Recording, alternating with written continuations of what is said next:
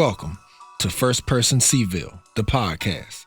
I'm Charles Lewis, your host, and also the co-host of In My Humble Opinion from WVAI 101 Jams.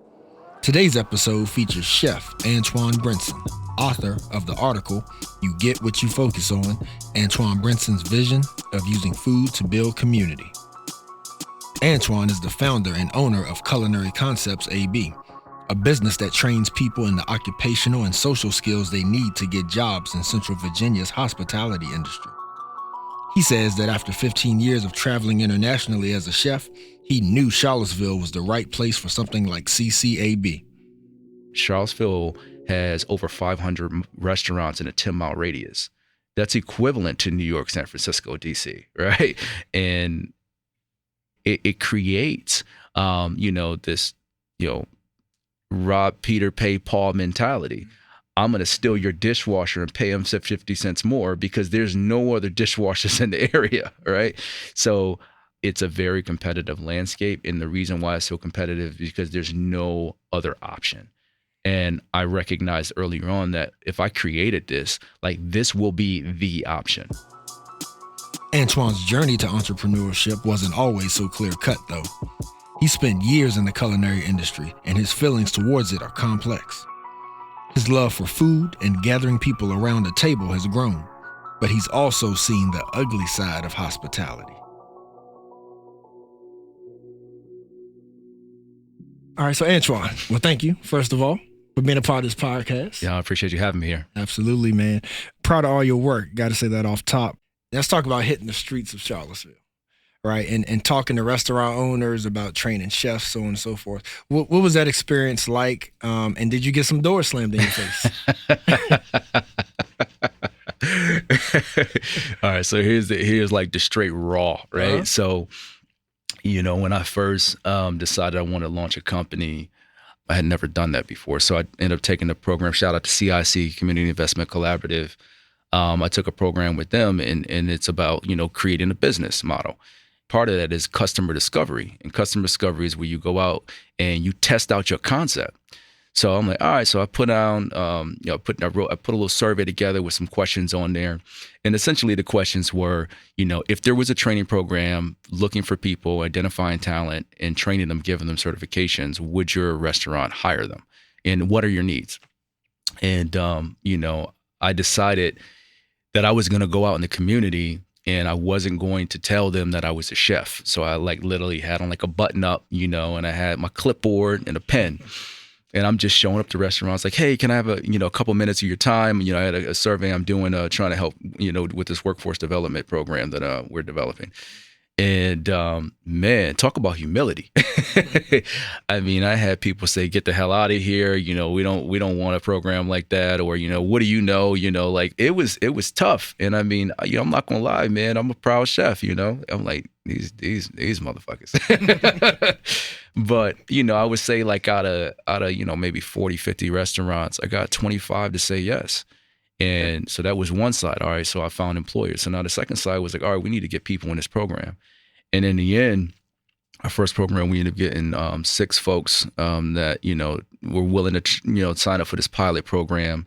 And it was 100% success all the way around. We got all of them to the finish line. They all finished and passed their certifications, and all of them got jobs. And, you fast forward, we've diversified our programming. We've helped over 100 students, find employment in Charlottesville. We've worked with, a ton of different employers all over, and it's constantly growing.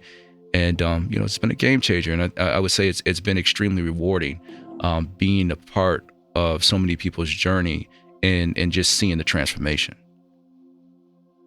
I noticed you started your writing by stating, in my younger years, I was full of misplaced energy and lacked focus. And the expectations facing me and my friends, young Black men, many of us from single-parent homes, were not high. So, question, what was young Antwon getting into?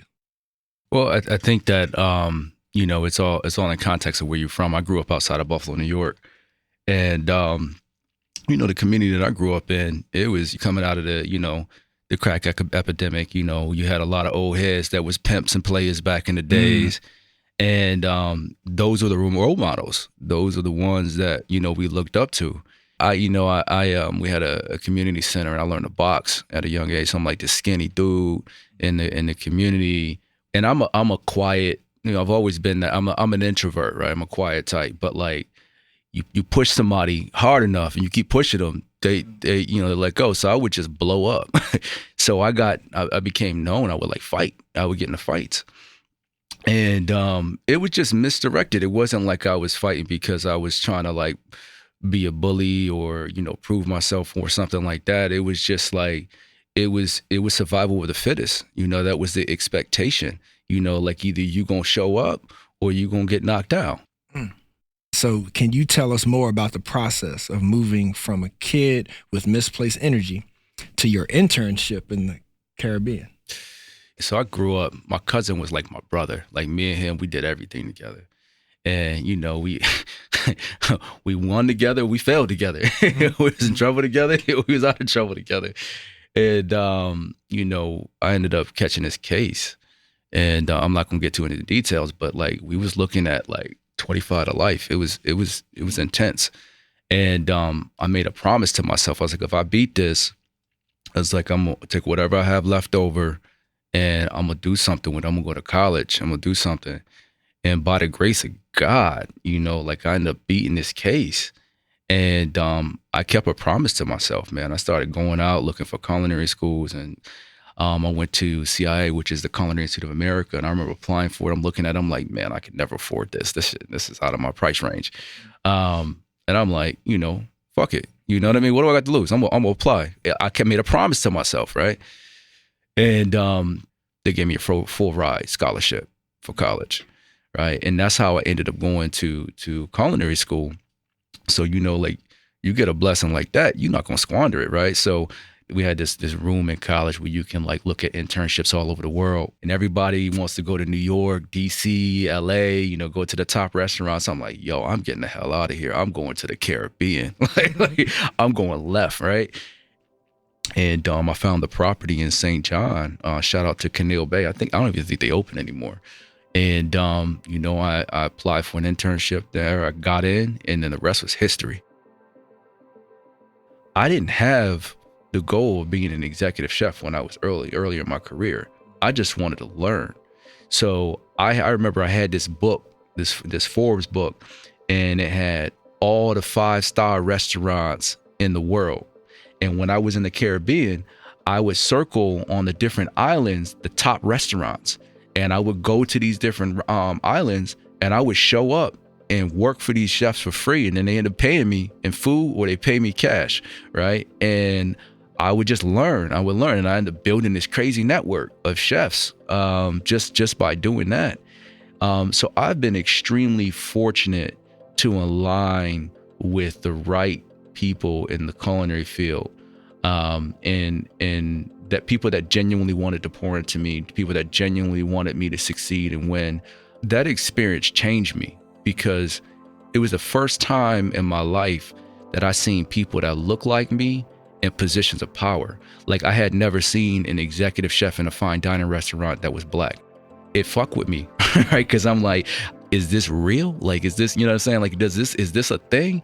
Once you get past the insecurity and like, once you're able to break down that barrier, and you're like, wow, like there's another way. And, it completely changed my perspective on what was possible. Man, so I got to imagine that your HBO experience has to be a highlight of your journey, but or maybe not. But HBO is the big brunch. Please, if you would, share that experience and what that exposure means for you and CCAB. So 2022 started out, we, as I do every year with my team, we set audacious goals. Shout out to the CCAB team. And, I get a call and they're like, hey, you got accepted to be on this TV show. And by the way, we need you to leave everything and come to LA for an entire month. And I did it. And the show was HBO's Max, The Big Brunch, created by Dan Levy. Brunch is the ultimate connector, the perfect convergence of food, comfort, and friendship.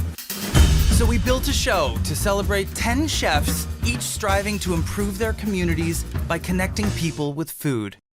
It was an amazing experience, man. I mean, like, at the end of the day, the show was all about highlighting, chefs that were doing amazing things in their community. And for me, I saw it as an opportunity not only to highlight the community, but to highlight the work. Like, Culinary Concepts was an idea.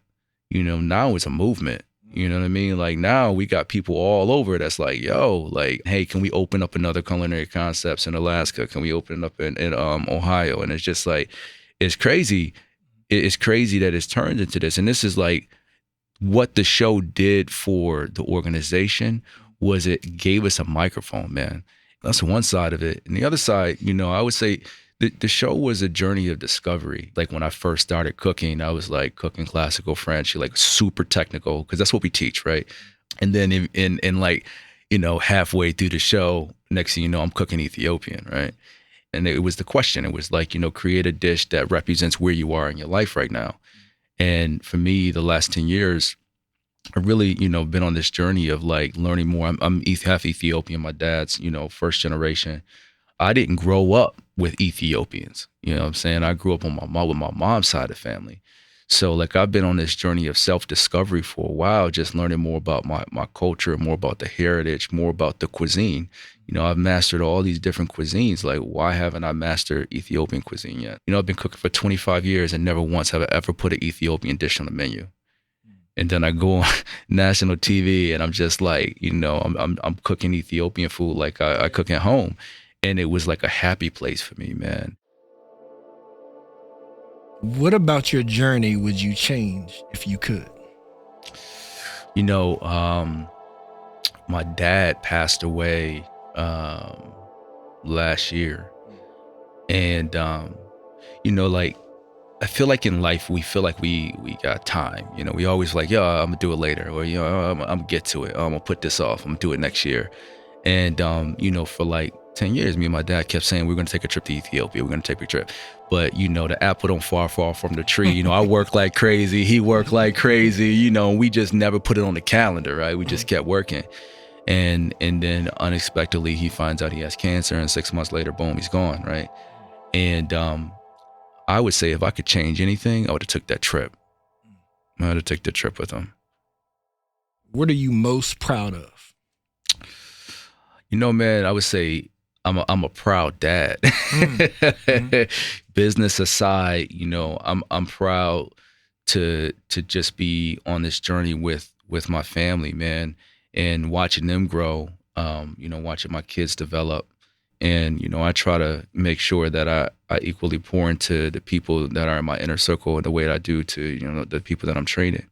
And I love seeing my kids, on their journey, developing and growing and trying new things and learning from their mistakes and winning. And then, being able to grow from those experiences and just watching them interact with each other. I just think it's a blessing, man. Antwon Brinson is a chef and founder of Culinary Concepts AB. You can find his First Person Cville essay at vinegarhillmagazine.com. Follow up on more of Antwon's work at his website, www.culinaryconceptsab.com. We want to hear your story and tell the story of our community together. Share your perspective with First Person Cville at cvilleinclusivemedia.com/projects. The First Person Cville podcast is a production of Charlottesville Inclusive Media. It's hosted by me, Charles Lewis, and the In My Humble Opinion talk show. Like what you hear? Subscribe and follow us at imhotalkshow.org. This episode was produced by Kelly Jones. IMHO theme music was from God Vibes by Mikkel and Morris, with NYC Bangers on production.